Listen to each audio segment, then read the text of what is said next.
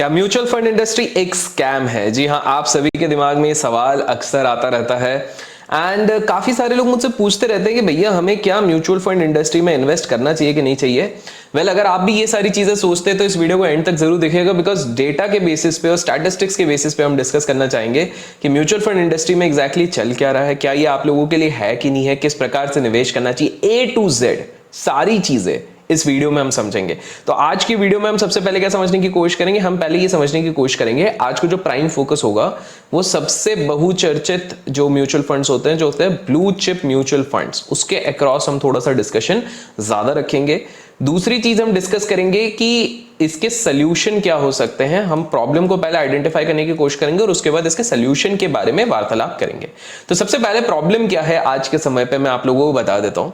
क्या होता है कि आज के टाइम पे हम सभी ने एक बहुत ही फेमस हस्ती जिनका नाम है वॉरेन बफेट, इनकी हमने किताबें पढ़ी हुई हैं, इनके कोट्स पढ़े हुए हैं और ये हमेशा एक चीज पे फोकस हमेशा करते हैं कि आपको अपने पोर्टफोलियो को हमेशा डाइवर्सिफाई करके रखना चाहिए, केवल एक जगह पे सारे अंडे मत रखो, अलग अलग जगह पे रखो। ये सारी चीजें, ये जो इनकी थ्योरी है ये केवल इन्वेस्टमेंट्स में ही नहीं लगती है, ये थ्योरी आपके हर लाइफ के एस्पेक्ट पे लगती है।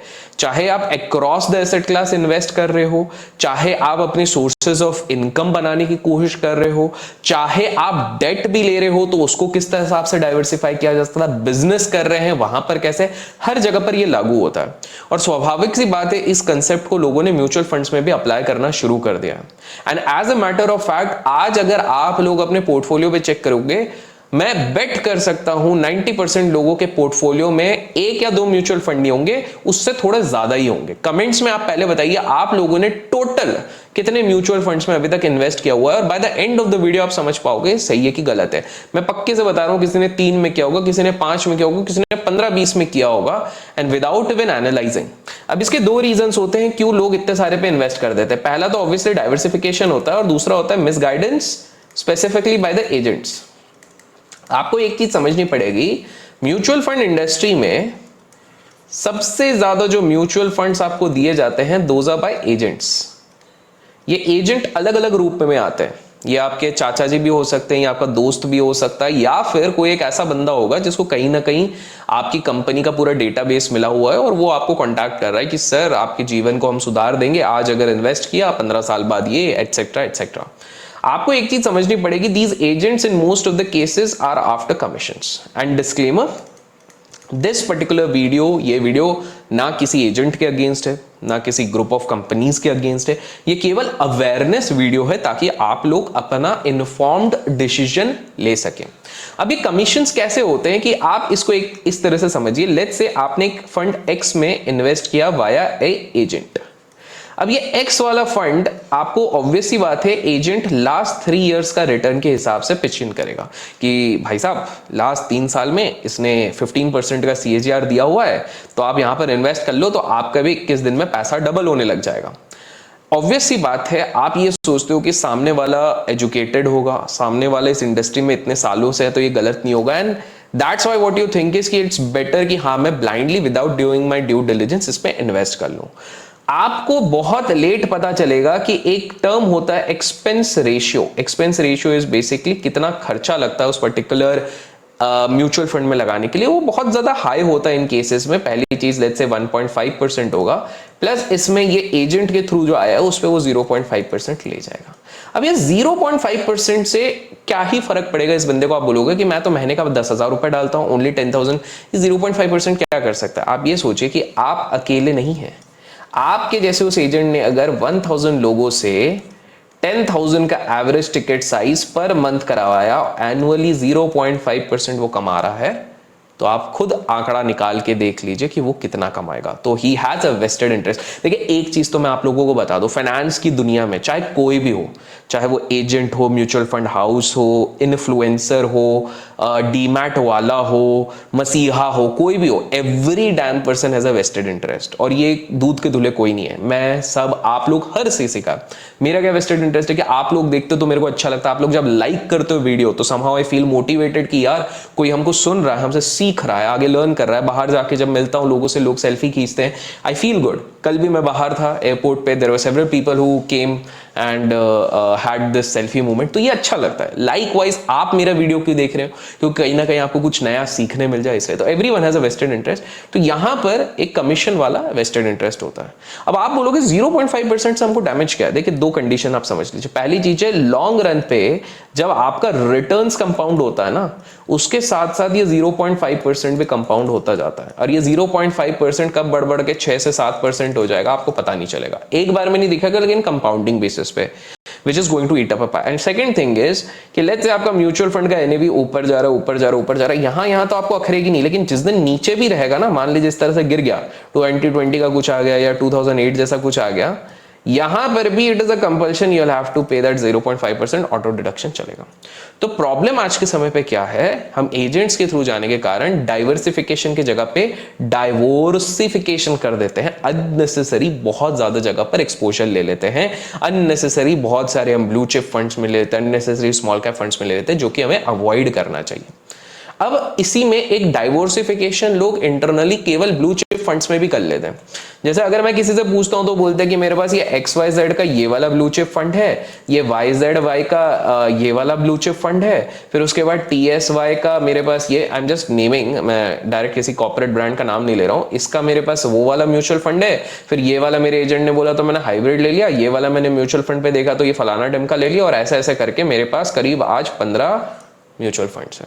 अब इंटरेस्टिंग चीज आप समझिए, जैसे you can see on the screen, Nifty 50 index को ही कहीं ना कहीं ब्लू चिप फंड को इर्द गिर्द ही रहेगा। क्यों? क्योंकि ब्लू चिप्स कहां पर है, सबसे ज्यादा concentration is into Nifty 50, and आप लोग देखेंगे कि 25 में से 18 जो as of now top blue chip active funds हैं, उसमें 60% ओवरलैप है। मतलब अगर Reliance, ICICI bank, HDFC bank एक में है तो वो करीब 60% ब्लू चिप फंड्स में सेम चीज है, एंड इनफैक्ट अगर आप देखेंगे कुछ में तो ये 75% है। What does it mean?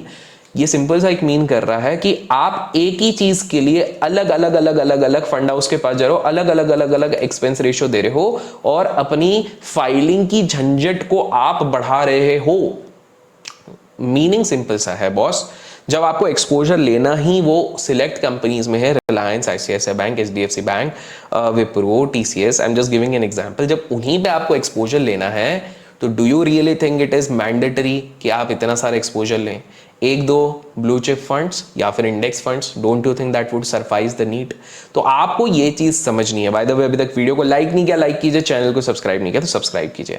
अब बढ़ते हैं आगे एक प्रॉब्लम पे। बोलेंगे यार चलो अभिषेक जो भी हो, लेकिन हमारा ना बहुत तगड़ा रिटर्न बना हुआ, हम तो मजा आ गया ब्लू चिप फंड्स में। लेकिन आप लोगों को बता दूं, रिसर्च के थ्रू पाया गया है 5 year rolling returns performance since 2020 multiple aspects में फ्लैटेंड है। इस पे रोलिंग रिटर्न्स फ्लैटेंड है, मतलब एक दूसरे एंगल से भी अगर आप देखो, रोलिंग रिटर्न्स तो फ्लैटेंड है, बट अगर आप कोर इंडेक्स के साथ भी इसके रिटर्न देखने की कोशिश करोगे तो इंडेक्स को कोई बहुत भारी तादाद से बीट नहीं किया गया है।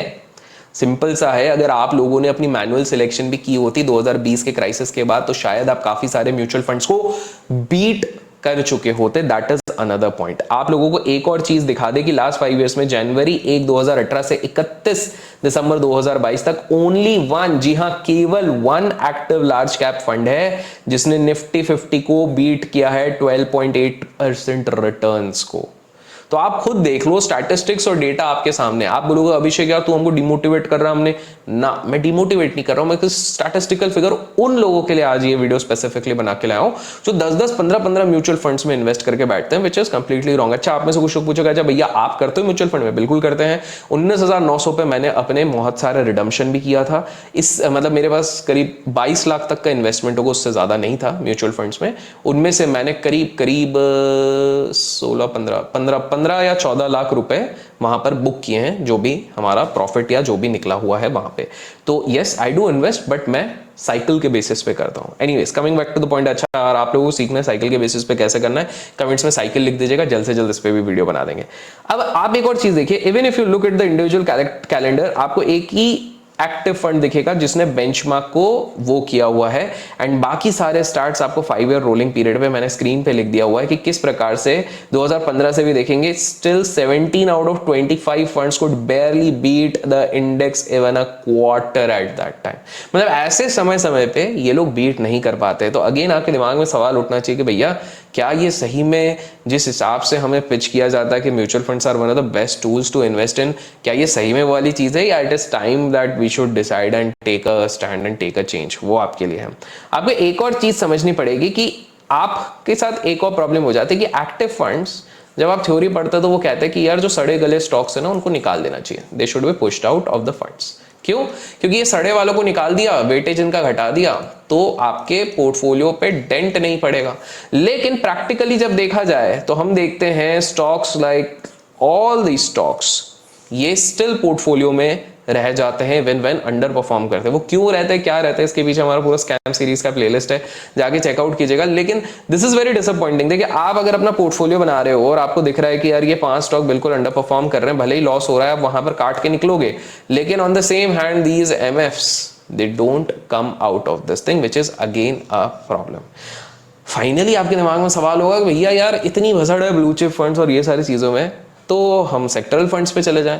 तो सेक्टरल फंड्स में बता दूं आईटी या टेक्नोलॉजी फंड्स हैं, उन्होंने एवरेज 8.26% लास्ट 1 ईयर में लूज आउट किए हैं। ऑब्वियसली वो सेक्टर ने परफॉर्म नहीं किया है। आप बोलोगे आप बड़े हिंट साइड पर बायस्ड वे में बता रहे हो कि जैसे कि म्यूचुअल फंड सारे बुरे नहीं, क्योंकि अब मैं आप लोगों को इसका सोल्यूशन बताने वाला हूं कि आप अगर म्यूचुअल फंड्स में इन्वेस्ट करते हैं आपको किन चीजों का ध्यान रखना चाहिए, किस प्रकार से आपको आगे प्रोग्रेस करना चाहिए।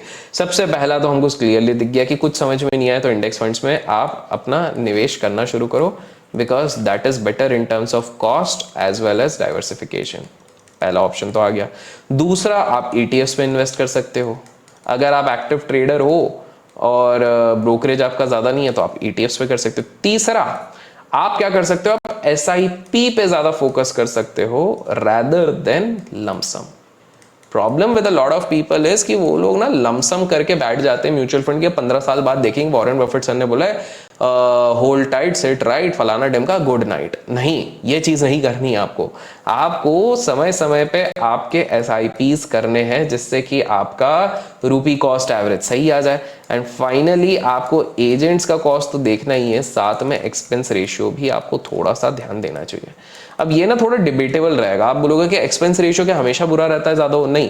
देखिए सेक्टरल फंड्स में तो एक्सपेंस रेशियो थोड़ा ज्यादा ही रहता है। फॉर एग्जांपल जब फार्मास का डाउन फेज चल रहा था तो मैंने फार्मा सेक्टरल फंड्स पे निवेश किया हुआ था, जिसको मैंने 18% के रिटर्न पे निकाला था।